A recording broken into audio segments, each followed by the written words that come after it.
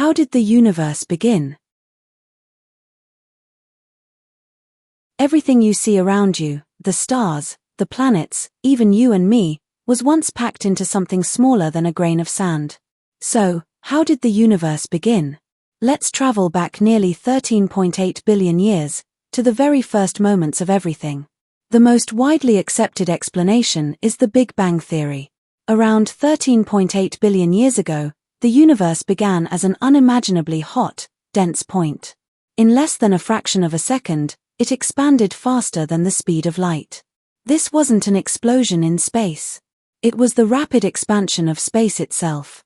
We know this because of something called the cosmic microwave background, or CMB. It's faint radiation left over from the early universe. Like a baby picture of the cosmos. Detected in 1965, it shows us that the universe really did begin from a hot, dense state. Here's a fun fact: in its earliest years, the universe actually rang like a bell. Scientists discovered that pressure waves rippled through the hot plasma, creating sound. If you could have been there, the universe would have sounded like a deep, rumbling hum. About 380,000 years after the Big Bang, the universe cooled enough for particles to form atoms, mostly hydrogen and helium. This was the first real matter. These simple atoms later clumped together under gravity to form stars and galaxies. Hundreds of millions of years later, the first stars ignited. These stars created heavier elements, like carbon, oxygen, and iron, in their fiery cores. When they exploded as supernovae, they scattered these elements across space. That's why scientists often say, we are made of stardust.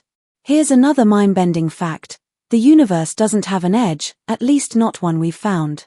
As far as we can tell, it might be infinite. The part we can see is called the observable universe. But beyond that, it could go on forever. While the Big Bang is the leading theory, some scientists wonder if our universe is just one in a series of endless cycles, a big bounce, where the universe expands, contracts, and begins again.